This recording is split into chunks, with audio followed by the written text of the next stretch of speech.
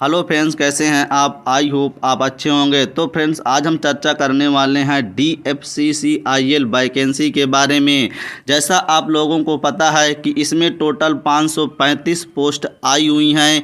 आज हम इस वीडियो में ये बताएंगे कि जो आपकी ये टोटल 535 पोस्ट हैं, इनमें से ITI वालों के लिए कितनी पोस्ट दी गई हैं, कौन कौन से ट्रेड के स्टूडेंट इन पोस्ट के लिए फॉर्म अप्लाई कर सकते हैं, और कौन सी पोस्ट के लिए मतलब कौन सी कैटेगरी के लिए हमें कितनी फॉर्म ऑनलाइन फीस देना होगा, और आपकी एज लिमिट क्या है। सारा कुछ आपको इस वीडियो में जानने को मिलेगा।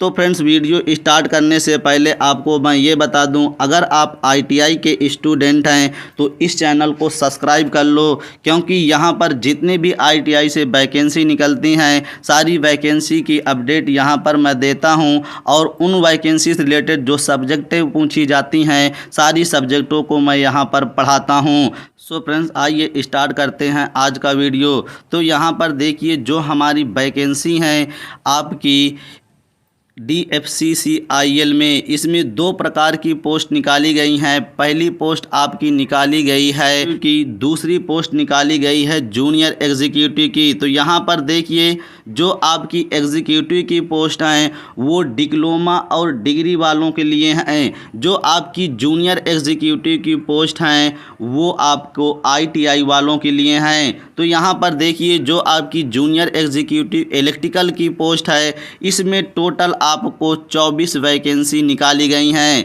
यहाँ पर अगर हम कैटेगरी वाइज की बात करें तो यहाँ पर UR के लिए 12 हैं, SC के लिए 3 हैं, ST के लिए 1 है, OBC और NCL के लिए 6 है, EWS के लिए 2 वैकेंसी है। तो यहाँ पर देखिए, मेडिकल स्टैंडर्ड A3 मांगा है। तो याद रखना, जो वैकेंसी हैं 24 हैं, मेडिकल स्टैंडर्ड आपको A3 मांगा गया है। अब यहाँ पर हम बात करें एजुकेशन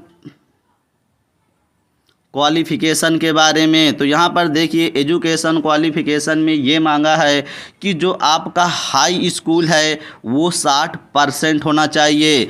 उसके साथ में आपका ITI होना चाहिए, चाहे वो SCBT से हो या NCBT से हो, कोई भी मायने नहीं रखता, आपका ITI होना चाहिए। अगर हम अब ट्रेड की बात करें तो यहाँ पर इलेक्ट्रीशियन के स्टूडेंट फॉर्म भर सकते हैं, वायरमैन के स्टूडेंट फॉर्म भर सकते हैं, इलेक्ट्रीशियन पावर डिस्ट्रीब्यूशन के स्टूडेंट फॉर्म भर सकते हैं, लाइट एंड स्केलेटर मशीन वाले जो स्टूडेंट यहाँ पर फॉर्म भर सकते हैं, इंस्ट्रूमेंट मशीन के जो हमारे ITI के स्टूडेंट हैं वो भी भर सकते हैं, टेक्नीशियन पावर इलेक्ट्रॉनिक सिस्टम वाले जो स्टूडेंट हैं वो भी फॉर्म भर सकते हैं। कहने का मतलब ये हुआ कि जो आपकी ये ट्रेडें दी गई हैं ITI की, इन ट्रेड में से किसी एक से भी आप ITI किए हैं तो आप इस फॉर्म को भर सकते हैं।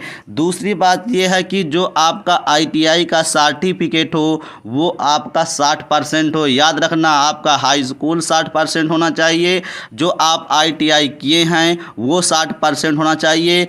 दूसरी बात आपको यहाँ से ये याद रखना है कि जो आपका ITI है वो 2 साल का होना चाहिए, मतलब 2 ईयर का जो कोर्स होता है ITI वही मान होगा। तो यहाँ पर हमने बात कर लिया जूनियर एग्जीक्यूटिव इलेक्ट्रिकल के पोस्ट के बारे में। अब हम बात करते हैं यहाँ पर अगली पोस्ट। तो यहाँ पर देखिए, junior executive signal and telecommunication. याद रखना, ये भी क्या है, ITI वालों के लिए वैकेंसी हैं। तो टोटल इसमें आपकी वैकेंसी पूछी गई हैं 148 वैकेंसी। अगर हम यहाँ पर कैटेगरी वाइज बात करें तो UR की आपकी 62 वैकेंसी हैं।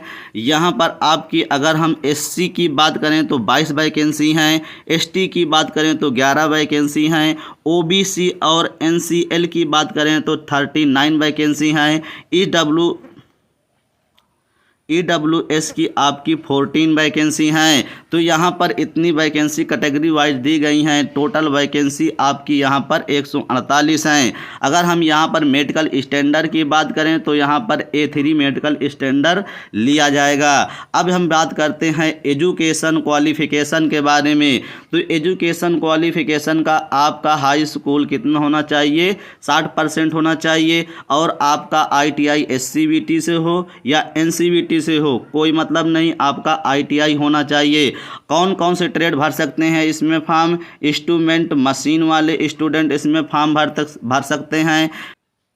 और यहाँ पर देखिए टेक्नीशियन पावर इलेक्ट्रॉनिक सिस्टम वाले स्टूडेंट भी फॉर्म भर सकते हैं। इलेक्ट्रॉनिक्स मैकेनिकल वाले, फिटर वाले, वायरमैन वाले, याद रखना यहाँ पर इलेक्ट्रीशियन वाले भी स्टूडेंट फॉर्म भर सकते हैं। इंफॉर्मेशन टेक्नोलॉजी अगर आप किए हैं ITI तो आप फॉर्म भर सकते हैं। तो जो आपको ये ट्रेडें दी गई हैं, इन ट्रेडों में से अगर आपने किसी एक ट्रेड से ITI किया है और आपका ITI 60% है, हाई स्कूल भी आपका 60% है, तो आप इस फॉर्म को भरने के लिए एलिजिबल हैं। तो आपको समझ में आ गया होगा कि हमें क्या क्या एजुकेशन क्वालिफिकेशन होना चाहिए। अब हम बात करते हैं अगली पोस्ट के बारे में।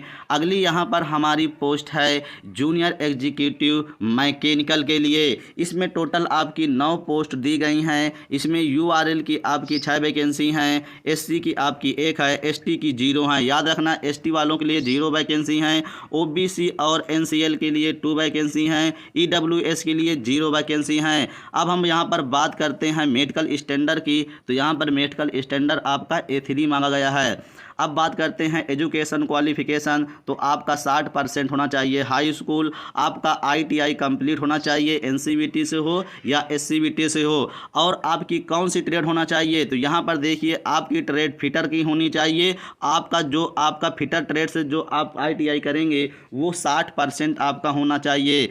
और यहाँ पर देखिए जो आपका एक है वेल्डर एंड प्लम्बर। अगर आप वेल्डर और प्लम्बर से ITI करे हैं, NCBT से किए हों या SCBT से किए हों, आपका 60% हाई स्कूल में है और 60% आपका वेल्डर एंड प्लम्बर से है, तब भी आप इस फॉर्म को भरने के लिए एलिजिबल हो। तो आपको समझ में आ गया होगा कि जूनियर एग्जीक्यूटिव मैकेनिकल के लिए क्या क्वालिफिकेशन होना चाहिए।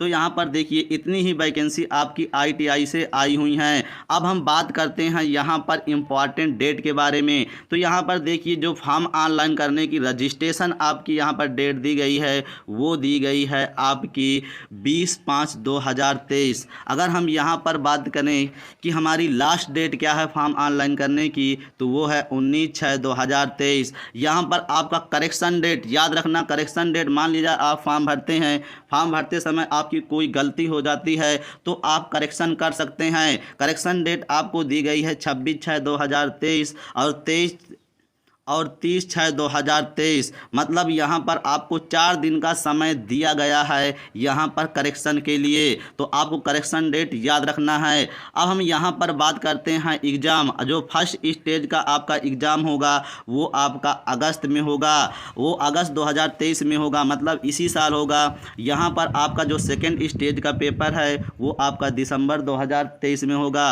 अब हम बात करते हैं कंप्यूटर बेस्ड जो एप्टीट्यूड टेस्ट होगा वो मार्च 2024 में होगा। तो ये रही हमारी इम्पॉर्टेंट डेट।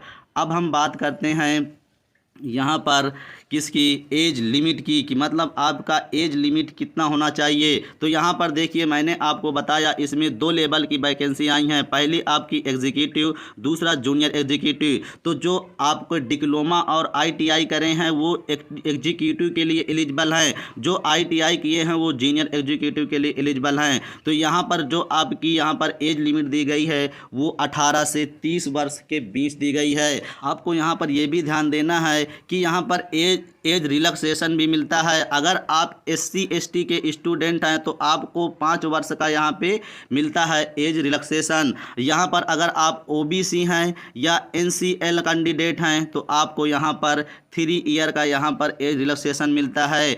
अगर आप यहाँ पर PWBD हैं तो यहाँ पर आपको 10 ईयर का एज रिलैक्सेशन मिलता है। तो यहाँ पर अलग अलग कैटेगरी के लिए अलग अलग यहाँ पर एज रिलैक्सेशन दिया गया है। तो मैं इसका जो PDF है पूरा PDF कंप्लीट PDF आपको टेलीग्राम पर डाल दूंगा। टेलीग्राम की लिंक इस वीडियो के डिस्क्रिप्शन बॉक्स में दी गई है, वहां से आप टेलीग्राम में जुड़ जाइए। वहां पर आपको बहुत सी अच्छी नोट्स भी मैं प्रोवाइड कराता हूं। तो इसका कंप्लीट नोटिस का PDF आपको टेलीग्राम पर मिल जाएगा। अब यहां पर देखिए, अब हम बात करते हैं यहां पर आपकी फीस कितनी होगी, मतलब जब आप फॉर्म ऑनलाइन करेंगे तो आपको कितनी फीस लगेगी। तो यहां पर देखिए मैंने आपको दिखाया है